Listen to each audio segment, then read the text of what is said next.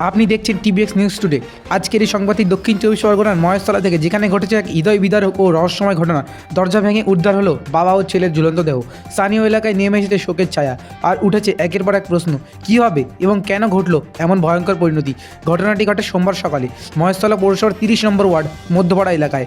সকাল প্রায় 11টা নাগাদ ছেলের বাড়িতে উপস্থিত হলো এক বাবা। বহুবার ডাকাডাকি করেও তিনি কোনো সাড়া পাননি। যেন নিস্তব্ধ হয়েছিল গোটা বাড়ি। অবাক এবং দুশ্চিন্তাগ্রস্ত হয়ে সেই বৃদ্ধ বাবা প্রতিবেশীদের ডাকেন। সবাই মিলে বারান্দা ও দরজা ধাক্কা দেওয়া শুরু হয়, কিন্তু ভিতর থেকে কোনো শব্দ নেই, কোনো নড়াচড়া নেই। অবশেষে সন্দেহ আরও গভীর হলে স্থানীয়রা দরজা ভেঙে ভিতরে প্রবেশ করেন, আর সেখানেই দেখা যায় হৃদয় কাঁপিয়ে দেওয়ার মতো দৃশ্য। ছেলে ঝুলন্ত, আর সঙ্গে রয়েছে তার নাবালক সন্তানের ঝুলন্ত দেহ। এই দৃশ্য দেখে মুহূর্তের মধ্যে গোটা বাড়ি এবং প্রতিবেশী মহল্লা অস্ত্র শুরু হয়ে যায়। কাঁদতে শুরু করলেন বৃদ্ধ বাবা। উপস্থিত সমস্ত মানুষ হলেও বাগুরাদ্য হয়ে যান এই মারাত্মক দৃশ্য দেখে। পরে খবর পেয়ে মহেশতলা থানার পুলিশ ঘটনাস্থলে পৌঁছায়। দেহ দুটি উদ্ধার করে পুলিশের পক্ষ থেকে ময়নাতদন্তের জন্য পাঠানো দেয়। তবে ঠিক কী কারণে বাবা নিজের সন্তানকে নিয়ে এমন পরিণতি পৌঁছে গেলেন তা এখনও স্পষ্ট হয়নি।